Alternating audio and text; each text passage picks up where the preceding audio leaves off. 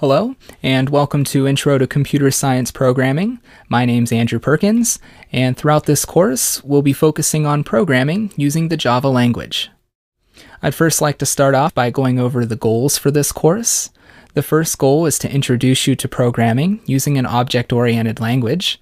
In this case, we're using the popular Java language.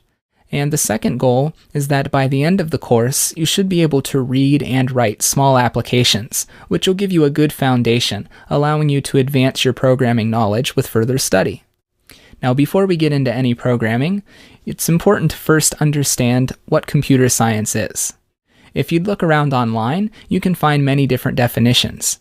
For example, dictionary.com defines computer science as such: the science that deals with the theory and methods of processing information in digital computers, the design of computer hardware and software, and the applications of computers.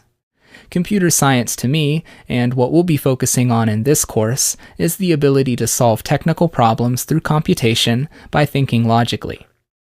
Now, there's a lot of different topics in computer science, ranging from artificial intelligence, theories, algorithms, systems, databases, computer engineering, computer programming, and the list goes on. In this course, we'll be sticking with just object-oriented programming. Now, I also believe that it's important to understand the inside design of a computer, and at least the basics of how a computer works, as this will help you to understand the process of programming and how your scripts are being handled. So let's get started by learning more about how a computer works and how it'll use the code that you may write for your own applications. We'll keep this section short and simple, as I'm sure you're eager to get started with programming.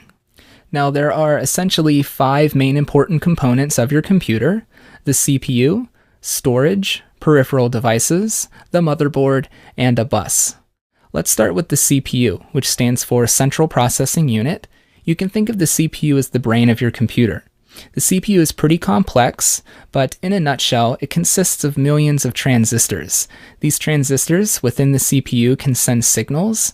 These are like electronic signals, which can be used to control other elements or to control other signals. So your CPU kind of follows a basic pattern of run such and such code. And in the future, this will be code that you yourself will have written. So you can think of this code as instructions on what the CPU should be doing. It's going to then perform the required tasks, such as retrieve some sort of data or perform some kind of calculation. Then finally, it returns the data back. So you can see this in action anytime you're using your computer.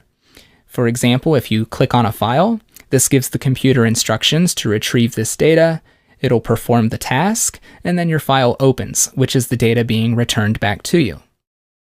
Now, when your computer is retrieving this data to be returned back to you, the data is being kept in storage. Your computer typically uses 2 different types of storage: primary and secondary. Now, primary storage is your computer's RAM, which stands for random access memory, and it's your computer's internal memory, which is very quick at accessing data. You may recall when you install new software or video games that they often require a certain amount of RAM in order to run properly, and this is what these are referring to. Now, secondary storage, you're probably most familiar with, is your hard disk drive. And this type of data persists even when your computer's turned off. This is where your files, software, images, and music, for example, are stored. Now, your computer likely also uses several peripheral devices, such as a screen, a keyboard, a mouse, and speakers. Now, your CPU can't actually work with these devices directly, nor can it work with your hard drive. So the CPU and its RAM are all located on something called a motherboard, which utilizes connectors to connect to your peripheral devices. Where the CPU is the brain, you can think of the motherboard as the heart of your computer. Now, in order for your CPU and your devices to communicate, they use something called a bus. Everything that is connected into your computer connects to a bus. This will allow the CPU to ask the bus for a program, or some type of data, or to interact with a device. This data will then be loaded into memory, at which point the CPU can then access that data.